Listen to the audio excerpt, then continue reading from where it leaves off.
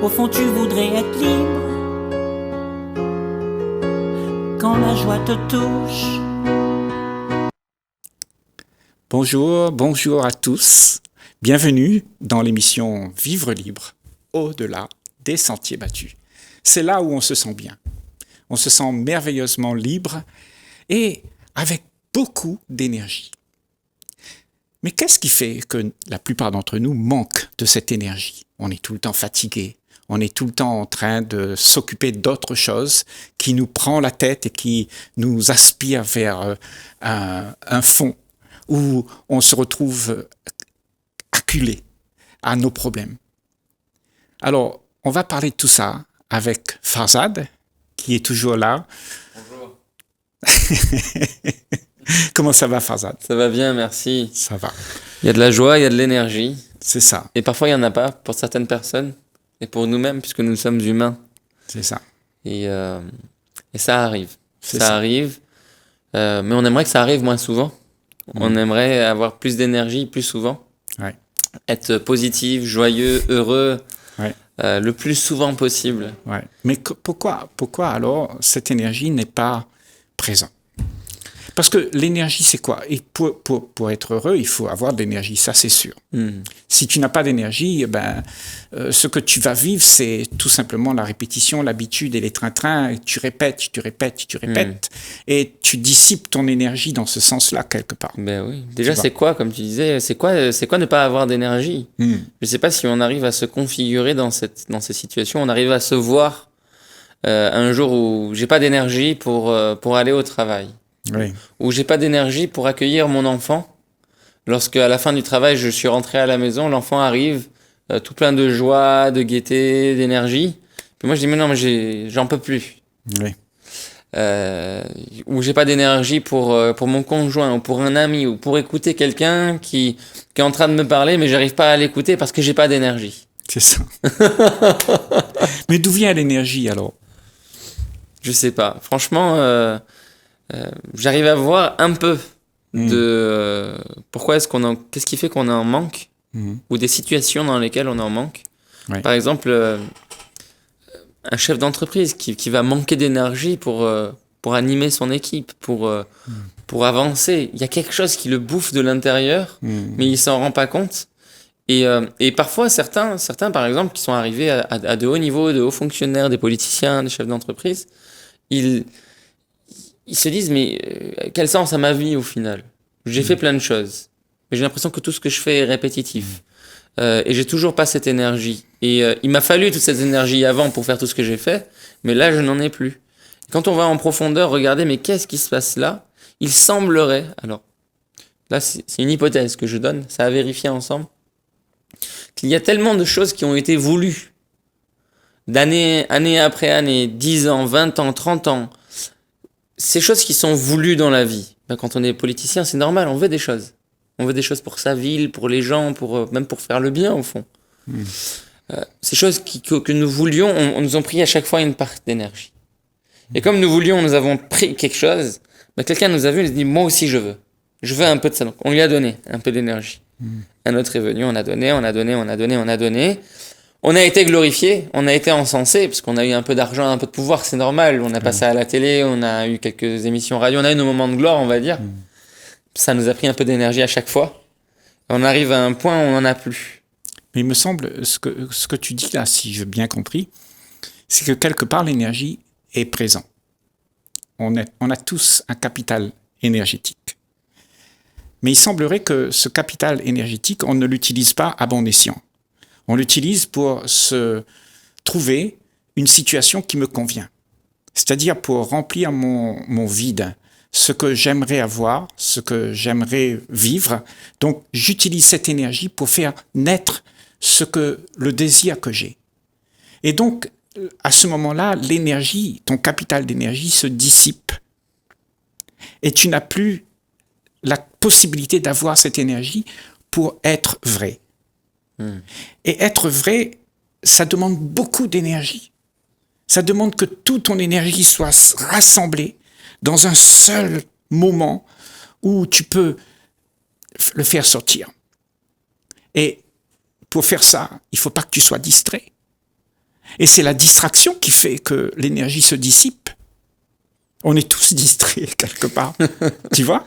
On n'est pas prêt à accepter de laisser la distraction se passer tout seul, sans soi, sans qu'on y mette le doigt dedans, dans l'engrenage de la distraction, qui nous emporte, qui nous embarque, et on veut plus, on veut plus, on veut plus, on veut plus. Tout ça, c'est du plaisir qu'on a sur cette planète. Et tout ce plaisir qu'on veut avoir nous dissipe ce qu'on est. On n'est plus authentique, on n'est plus vrai, on est emmené avec dans une compote. On est plus intègre, on n'est plus vrai, on n'est plus soi-même. Et c'est être soi-même qui est déjà l'énergie. L'énergie, elle est à l'origine, elle est là. Mais c'est ce que nous en faisons avec qui fait que nous ne sommes pas capables d'être ce que nous sommes vraiment. Tu vois. Et c'est ça notre grand souci. Parce que ce que nous voulons dans ce monde, c'est ce qu'on nous a expliqué, comment être heureux. Donc, c'est facile de tomber sous le joug, sous l'hypnose d'un plaisir qui nous donne un plaisir instantané, une joie instantanée. Mais ça, ce n'est pas pour toujours. Alors que l'énergie que tu as, c'est pour garder les choses qui sont immuables, qui sont jamais, ne peuvent se dissocier, qui est toujours là. Mais quand tu prends cette énergie et que tu vas faire des choses qui sont éphémères, eh ben ta vie sera éphémère. Oui. Tu vois. C'est vrai. Que dire Ouais. d'autre? J'avais un ami, un très bon ami. Il était chef de clinique. Et il me disait, Farzad, quand je serai à la retraite, je ferai ci, je ferai ça. Il avait une maison magnifique. Puis, comme c'était un héritier d'une grande famille, il avait beaucoup de biens et de possessions, mais dont il ne se préoccupait pas nécessairement. Lui, son truc, c'était vraiment son métier. Il adorait son métier. Il adorait son métier, prendre soin des gens, soigner les gens, trouver les meilleures capacités, les meilleures technologies pour pouvoir... Il était docteur. apporter du soin. Il était aussi docteur, ouais. Il était aussi docteur, chirurgien, je sais pas, je me rappelle plus. Mais il me parlait tout le temps de ses rêves. En fait, il me parlait tout le temps de je voudrais faire ça. Le jour où je serai à la retraite, c'était dingue. Il dit, le jour où je serai à la retraite, je ferai ce voyage, je ferai ceci, je ferai cela. Et un jour, il est arrivé à la retraite.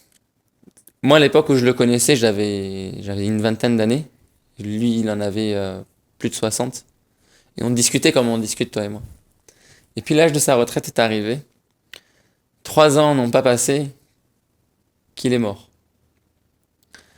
Et je suis tombé, quelques temps plus tard, sur une statistique comme ça, que 2 à 5 ans, c'était la moyenne de vie des chefs de clinique, des personnes qui ont ce genre de responsabilité, après leur retraite.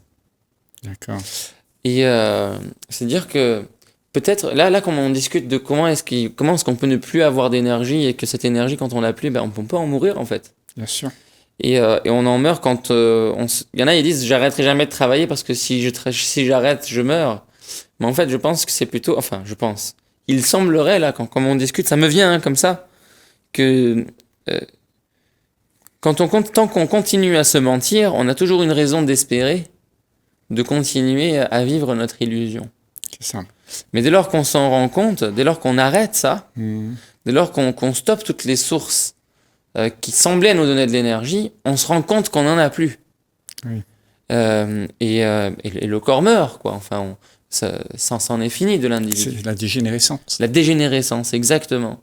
Parce que l'esprit, lui, il est régénéré seulement quand il n'a plus d'activité.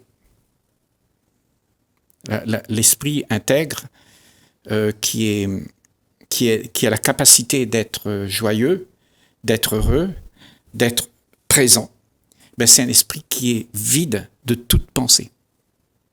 Et c'est toutes ces pensées qui fait que l'énergie n'est pas concentrée. Donc, on est tout le temps en train de penser. Et ces pensées nous font croire, parce que c'est une illusion, ces pensées, Ils nous font croire que si les pensées n'existent pas, parce qu'on sait identifier nous-mêmes à ces pensées, si je n'existe pas, donc en parlant comme si c'était moi la pensée, si je n'existais pas, eh ben je mourrais. Et il a peur de mourir. Cette pensée a peur de mourir. Alors qu'elle doit mourir pour que tu puisses exister.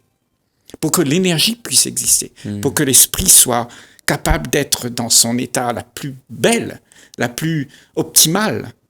Tu vois ? C'est-à-dire sans l'activité de tout ce qui dégénère l'esprit. Tu vois ? Et on est dans un monde où il y a beaucoup de dégénérescence. Parce que quand tu regardes, tu sais, tous ces atrocités, ces souffrances que l'on vit, ces mécontentements que l'on a, ces envies qui sont insoutenables, c'est une telle souffrance, ça. Et ça fait que nous ne sommes pas capables d'être ce que nous sommes vraiment. Donc, c'est ça que je te disais, que nous sommes en train de dissiper nos énergies à travers ce que la pensée propose. J'ai un autre exemple. L'exemple de certaines femmes qui attendent un enfant. Ils disent, je veux un enfant, je veux un enfant. Oui. Et puis elles ont l'enfant. C'est-à-dire l'enfant vient, c'est fécondé, mais l'enfant ne vient pas. C'est-à-dire il y a une fausse couche, il y a une interruption de grossesse, qu'elle soit volontaire ou pas. Et là, il y a un vide de sens. Et la personne se sent détruite, effondrée, comme s'il y avait des choses qui étaient finies, comme si une part de sa vie était terminée. Et là, ça lui prend beaucoup d'énergie. Ça prend beaucoup d'énergie à la personne. Bien sûr, parce que dans l'illusion, on est déçu. La déception crée une envie de quelque chose qui n'est pas là. Donc, on rêve de ce qui n'est pas là et on voudrait le faire exister. Et la plupart d'entre nous, c'est comme ça. On a une vie où on voudrait faire exister des choses qu'on aimerait faire pour être bien. Donc, pour garder l'énergie à ce moment-là, il faudrait, selon toi, donc abandonner ce qu'on voudrait faire pour être bien. Bien sûr. Accepter que ça parte, accepter que ça passe. Accepter que ce que tu fais soit compris comme si tu voyais vraiment que ce que tu fais là, c'est pas quelque chose qui va t'élever. Ça va te donner du plaisir. Ça va te donner un assouvissement, mais un contentement immédiat, mais qui n'est pas essentiel. Et cette chose que tu veux là, ben, tout le monde veut ça. Donc ils viendront te voir si tu l'as en toi, si tu as cette chose qui fait plaisir, ben, il y a quelqu'un qui viendra vouloir te le prendre à toi. Si tu es riche, tu as de l'argent, tu as tous les biens matériels qui te donnent ce plaisir-là, les gens viendront à toi. Et c'est dans le monde dans lequel on est, tout le monde cherche ça. C'est pourquoi nous avons des disputes, des divisions les uns envers les autres, parce que tout le monde veut ce que l'autre a. Et on ne peut pas tous avoir ça. Ça ne veut pas dire qu'il ne faut pas l'avoir, mais ça veut dire tout simplement que ce que nous voulons, il faut qu'on réalise qu'on est en train de détruire le monde par nos propres envies. En dégénérescence, quand l'esprit est en dégénérescence, elle ne fait plus ce qu'elle est supposée faire. L'esprit est supposé être l'ordre, l'harmonie, la joie, et ça se trouve dans un esprit en pleine vivification de ce que l'énergie est. En régénérescence. Régénération, tu vois. Et si on n'est pas ça, eh ben, ce qui va se passer, c'est que on sera en train de dégénérer. Et le monde, tu regardes bien, tu sais, c'est pas la peine d'aller prendre un livre scientifique pour voir ça. Tu regardes le monde comme il est. De génération en génération. On dégénère. Ouais, on n'est plus con. Ouais. Voilà. C'est-à-dire, on croit, parce que l'illusion nous fait croire qu'on ne dégénère pas. Ouais. Parce qu'on a fait des progrès techniques, on a des progrès scientifiques, et on apprend que si on fait ça et ça, il y aura toujours quelque chose de mieux. Donc, on est illusionné par ce mieux à avoir là. Et tu vois, jamais ça, c'est suffisant parce que jamais ça s'arrête. Et toujours, il faut encore plus, encore plus. On pense que parce que c'est qu'on a des fusées maintenant, Oui, qu'on est plus évolué qu'il y a 10 000 ans, il y a 30 000 ans. exactement. Alors qu'en réalité, on n'arrive toujours pas à s'accepter les uns les autres. C'est ça. C'est ça. On dit qu'on est tolérant parce qu'on est de telle ou telle religion, mais l'est-on vraiment? On dit qu'on est que maintenant qu'on a réussi la vie, qu'on a tout ce qu'il nous faut comme confort, ben tout va bien. Mais est-ce que c'est la réalité? Ben, Parce qu'au tout va fond, bien nous, on parce sait que que tu ce es- qu'on a, ben c'est une part du gâteau qu'on a peut-être pris à l'autre. C'est ça. Tu vois, c'est-à-dire de façon très concrète, si on prend ne serait-ce que le secteur de l'immobilier, un individu qui dirait maintenant j'ai 40, 50, 500 maisons et un appartement et des revenus passifs, ben, cet individu-là, il est en train de vivre sur le revenu de 500 familles. Ouais. Et on est en train de sucer l'énergie de ceux qui ont mis la chose en place. Tu sais, l'existence, elle est comme ça. Il faut bien se dire que l'énergie qu'on a, c'est parce que on l'a pris quelque part. On a pris chez quelqu'un l'énergie qu'on a besoin pour se sentir bien.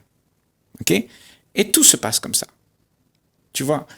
Et tout, parce que tout ça, c'est devenu à la norme, c'est devenu officiellement acceptable, tu vois, que nous avons un monde d'esclavage où tout le monde puise chez l'autre son besoin. Et c'est pour ça qu'il y a rivalité. C'est parce que l'autre ne sera pas prêt à te donner ça. Parce qu'il a besoin pour lui. Pour qu'il puisse être capable de vivre dans toute sa complexité. Tu vois? Mais nous pensons que l'autre doit nous donner ça. Et dans ce monde, depuis que tu es petit comme ça, on te fait croire que tu dois faire plaisir aux autres. Tu dois faire en sorte que l'autre puisse avoir son rêve. Aimez-vous, dit-on, tu vois? Aime l'autre. Mais c'est pas aimer ça. Ça, c'est faire plaisir à l'autre pour que l'autre il puisse avoir sa zone de confort. Mais si tu fais ça, ben, tout le monde veut sa zone de confort. Et on est 7 milliards pour le faire. Et tout le monde se tire les uns les autres dessus pour pouvoir avoir ce qu'il a besoin. Et ça ne peut pas marcher. Parce que, en fait, l'énergie, le capital énergétique, chacun d'entre nous, on l'a. OK? Donc, si tu le prends, cette énergie, de quelqu'un, eh ben, lui, il va en manquer. Et toi, tu ne vas pas utiliser ton énergie pour vivre ta vie. C'est-à-dire ton esprit n'est plus alimenté par la source même de toi-même.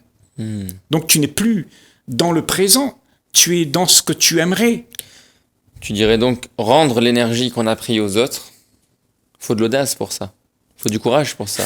Faut de la folie pour ça. Ben oui, parce que ça veut dire que on abandonnerait nos privilèges. Donc rendre l'énergie qu'on a pris aux autres, rendre nos privilèges et revenir à soi. Voilà. Avec l'énergie qu'on a, soi, qui est suffisante. Bien sûr, bien sûr. Parce que c'est essentiel. C'est la source. Tu es la source. Tu comprends? Mais tu l'utilises pas. Parce que tu crois que c'est facile d'aller le prendre là-bas chez l'autre. Ouais. Tu vois? Parce que ce que tu veux faire avec ton énergie, tout ce que tu veux faire avec cette énergie-là, c'est te donner la satisfaction d'une zone de confort. Donc, cette énergie n'est pas utile à ça. Là, à ce moment, toute l'énergie de la planète se dissipe dans l'éphémère. On est en train de gaspiller l'énergie que nous avons. L'amour que nous avons est gaspillé dans ce que nous voulons prendre.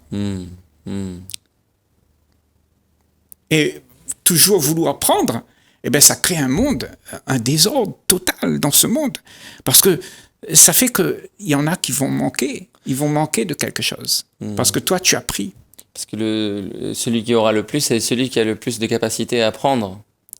C'est ça. C'est ça, le plus compétitif, le plus conquérant, on va dire. Voilà. Celui qui veut, celui qui a la gagne, on va dire. Voilà, tu vois. Voilà. Qui est bien vu dans nos sociétés, bizarrement. C'est qui a une bonne image, tu vois. Oui, on l'applaudit, on le glorifie. On lui demande de nous montrer comment il a fait. Oui. Tu vois, et il y a des écoles toutes faites pour ça, pour nous montrer comment on peut faire ça. Les écoles de commerce, l'école, c'est ça. Oui. L'école de l'académie.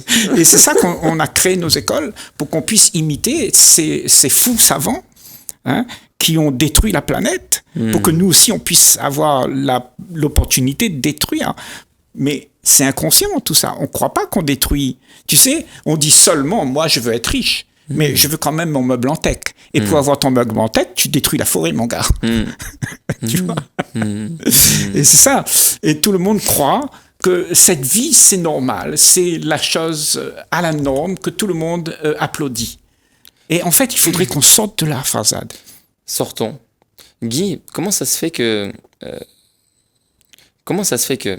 aller prendre de l'énergie à quelqu'un, faut quand même de l'effort. C'est-à-dire, il me semble, comme on en discute, que c'est quelque chose de plus coûteux, de plus forcené que du fait de profiter de l'énergie qu'on a soi. Oui. Mais comment ça se fait qu'on y va quand même? Parce que ça nous procure un sens. Parce que tu vois, cette énergie que l'on a, il est trop vibrant. On ne veut pas le voir parce qu'il nous dérange. Tu vois? Donc, dans l'autre, on trouve chez l'autre quelque chose qui va nous satisfaire, mais d'une satisfaction immédiate. Tu comprends? Donc, on va chez l'autre. C'est plus facile d'aller voir ma copine parce qu'elle me donne de l'amour, elle me donne de l'affection, et puis je fais en sorte que ça puisse perdurer. Tu vois? Je pourrais habiter dans ma maison en harmonie avec les autres, ça a moins d'efforts, mais je veux absolument conquérir d'autres maisons qui doivent m'appartenir. C'est ça. Pour avoir des revenus passifs, pour être riche. Voilà. C'est beaucoup plus d'efforts, mais j'y vais quand même parce qu'il y a une satisfaction immédiate, il y a une glorification, il y a un semblant d'illusion que on va pérenniser quelque chose, une réussite, un succès. Est-ce que tu vois, parce que quand on est là-dedans, il y a un sens de sécurité qu'on acquiert. Tu sais, un sens où on se dit, écoute, j'ai plus besoin d'aller chercher quelque chose de compliqué. Mais en fait, ce que tu fais à ce moment-là, c'est toute la misère de ta vie. Parce que pour faire ça, il faut que tu dépenses toute ton énergie pour aller vers l'autre, pour le conquérir, pour lui demander d'être à ton goût. Et tu vois, ça, c'est la bataille. Et c'est toute une tracasserie d'une vie, ça. L'ambition, le vouloir réussir, c'est la tracasserie d'une vie. Est-ce que ça, c'est la vie? Est-ce que ce serait ça, la vie? Tout le temps se tracasser pour pouvoir avoir de quoi se mettre dans une zone de confort pour avoir ses privilèges. C'est ça? Je crois qu'on est en train de se leurrer. Mais bon, c'est ce que je pense. Maintenant, c'est pas grave si les gens ne voient pas ça. Mais moi, je le vois ainsi. Si d'autres, en entendant ça, quand on cause comme ça, parce que, tu sais, ce qu'on dit, c'est pas quelque chose que je désire, que j'aimerais faire passer. C'est pas mon but. Mais c'est de savoir comment moi, je vais faire pour trouver une intégrité. Trouver quelque chose qui est vrai, que je suis vraiment bien avec moi-même, que je suis en paix avec moi-même. Qui est stable, fixe, voilà. Présent. Mais si j'ai des tracasseries, tout ça, moi je peux le voir. Et puis je le dis, si je le dis, tu peux aussi le voir. Soit tu le rejettes, parce que ça te dérange tellement que tu as toujours fait comme ça pour pouvoir avoir ta satisfaction immédiate. Qu'il en soit ainsi. Le monde va comme ça depuis des millions d'années. Moi, je ne suis pas là pour changer le monde. Mais je suis là pour changer moi. Parce qu'en vivant différemment de ce que la norme prescrite me donne d'être, je me détruis. Et les gens s'en aperçoivent même pas qu'ils sont en train de se détruire. Ils ne s'aperçoivent même pas que la relation qu'ils ont, c'est en conflit. Parce qu'on est tout le temps dans la tracasserie de vouloir réparer la relation qui est devenue désordonnée. Parce qu'il y a une demande, il y a une obligation vers l'autre. Mets ton masque, s'il te plaît. Va te faire vacciner. Tu comprends? Et tout le monde oblige tout le monde à faire, en fait, ce que eux leur rapportent, en fait. C'est-à-dire que si je perds mon boulot parce que je ne t'ai pas dit mets ton masque, ce sera catastrophique pour moi. Mais moi, comme je tiens à mon indépendance, pour moi, pour ma petite vie, mon petit confort, ma petite bulle, je suis prêt à me battre avec les éléments de la vie même pour faire en sorte que ma petite bulle puisse exister encore. Donc j'existe à travers une bulle. Tu n'existes pas autrement. Et tant que, Ce que tu es n'existe pas. tant que la bulle est conservée, on continue. Exactement. C'était un monsieur qui disait, quand ils sont venus pendant la Seconde Guerre mondiale, il disait, quand ils sont venus chercher les Juifs, je n'ai rien dit. Quand ils sont venus chercher les chrétiens, je n'ai rien dit. Les handicapés, je n'ai rien dit. Jusqu'au jour où ils sont venus me chercher. Et lui-même, il est allé en camp de concentration. Mais tant que ça ne nous concerne pas, on ne dit jamais rien, c'est sûr. C'est ça. Mais si on se sent vraiment concerné par ce qu'on dit. On parle du riche, du milliardaire, mais on l'est pas, mais on a le même mécanisme en nous. On parle peut-être du pauvre qui n'a rien ou qui a des attentes pour devenir ceci ou cela, ou de la personne malade ou qui va à la retraite. Ouais. On n'a peut-être pas l'impression d'être dans ce cas de figure-là. Mais si on se sentait véritablement concerné là-dedans, c'est-à-dire que c'est un problème commun qu'on a, nous les humains. C'est ça. Peut-être pourrions-nous le voir de façon sincère. Et justement, c'est de voir déjà qu'on est commun. Et ça, toute l'existence a fait en sorte que tu ne le voies pas. Parce que moi a pris beaucoup d'importance. Et on se donne de l'importance à travers nos rôles, à travers l'énergie qu'on a pu avoir des autres. Et quand on a tout ça, ben on se sent bien, on se sent quelqu'un. Et quelqu'un d'admirable, que tout le monde veut. Tu comprends? Mais ça, quand tu es ça, eh ben tu es un paquet de dégénérescence, un paquet de problèmes, mon gars. Tu n'es pas en train de donner de l'amour, là. Tu es en train de donner tous les problèmes que la planète connaît. De la douleur. Voilà, de la Merci douleur. Guy. Tu sais, on va devoir s'arrêter là puisque notre temps est imparti. Et on va conclure avec vous. Voilà, et on va vous dire au revoir, les amis, et en espérant que tout ça soit une énergie qui puisse alimenter votre cœur et de savoir que tout est en soi et jamais en dehors de soi. Ce qu'il y a en dehors de soi, c'est de l'illusion. Je ne sais pas qui a dit ça, que la vie était comme ça. Tu ne peux pas changer. On agit comme de vrais robots, sans raisonner sur le programme, sans la joie d'être en vie.